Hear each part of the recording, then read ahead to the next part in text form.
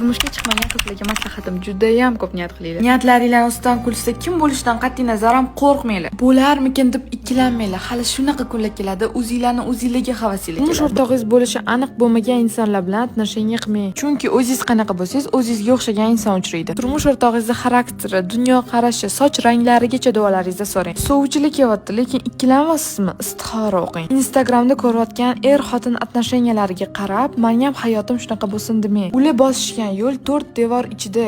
Siz o'zingiz uchun xayrli yo'l so'rang. Eng asosiysi o'qing, o'rganing, har narsani o'z vaqt soati bor. Turmushga chiqish arafasidagi qizlar uchun duo. Robbim nikohimni xayrli qilgin. Qadam bosgan xonadonimga barokat yomg'irini yog'dirgin. Yangi hayotimni rahmat ila davom ettirgin. Ko'z yoshlarimni faqat shukr uchun oqizgin. Kichkina xizmatlarimni ham ibodat darajasiga ko'tarib qo'ygin. Boshlanayotgan hayot yo'limni nuring ila yoritib qo'ygin. Men bilan turmush o'rtog'imni qalblarini shunchalik xotirjam qilib qo'yingki, boshqa hech bir inson yonida bu xotirjamlikni his qila olmasinlar. Podpiska bo'lib oling, chiroyli duo va niyatlar qilamiz. Menga podpisaning har bitta qizi niyatlari yorug'lik tezligida amalga oshsin.